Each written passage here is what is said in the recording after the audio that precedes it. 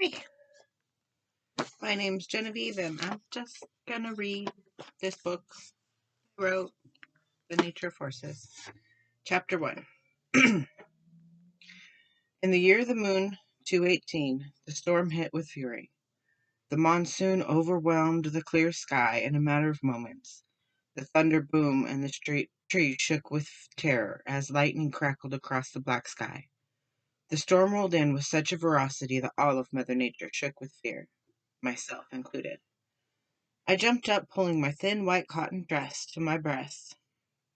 It had been a bright and sunny day that had grown into a warm evening. The sky had been clear, and the stars shone brightly. I had not expected such vengeance. A fierce, bright white lightning bolt assaulted the ground around us. It startled me, and I ran with fear. I hid behind a bush. I threw my hands over my head and tried to hide my eyes, but I could not look away. I saw his body as it was struck by lightning. The electric force burned his flesh and singed his long dark hair. I was paralyzed with fear. The lightning bolt did not dissipate upon impact. It instead shrouded him and pulled at his muscular body. As he ascended into the black sky, his hair whipped around his face wildly. His brown eyes turned black as the sky that enveloped him. He struggled to break free, yet despite his protest, he was pulled up further into the treetops. A cloud of gray smoke shrouded his beautiful body. When he reappeared to my eyes, he had morphed into a phantom bat displaying wings of massive proportions that had ripped through the dark skin on his broad shoulders. The winds roared and the rains fell with each strike of lightning. He felt energy surge through him. Looking down, everything had become illuminated with clarity in the dark night. With one sniff, he caught the scent of a rat.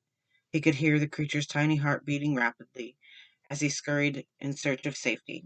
He could smell the creature's blood as he cowered in fear. A glowing energy surrounded his suspended body.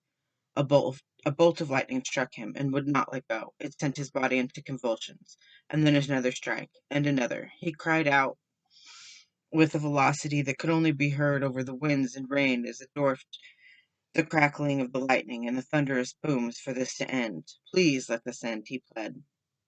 5 streaks of energy held a firm grip on his body. Electricity piped through his veins and shone through his limbs with a bright blue glow. I could feel the electric vibration emanate from within him. I could taste the burning hair and the scorching flesh in the air. Screams of pain and torture rose up deep from within his chest, forcing me to cover my ears. I'd wanted to turn away from the horrific sight.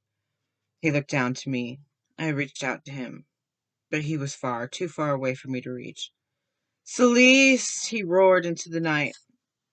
The lightning let go, and the wind died as his body went limp. He remained suspended in the still night sky, with his arms to his side, too weak to raise him. His head hung to his chest, unable to hold it up. He watched his blood drip in puddles on the ground far below. Then, with no warning, he slammed into the ground. The force of the impact caused the trees to shake and break every bone in his body simultaneously. The sounds of crackling pounded through his head. He lied there alone, losing his struggle for life. I did not stay or offer help, like the coward I am. Instead, I ran away. Okay.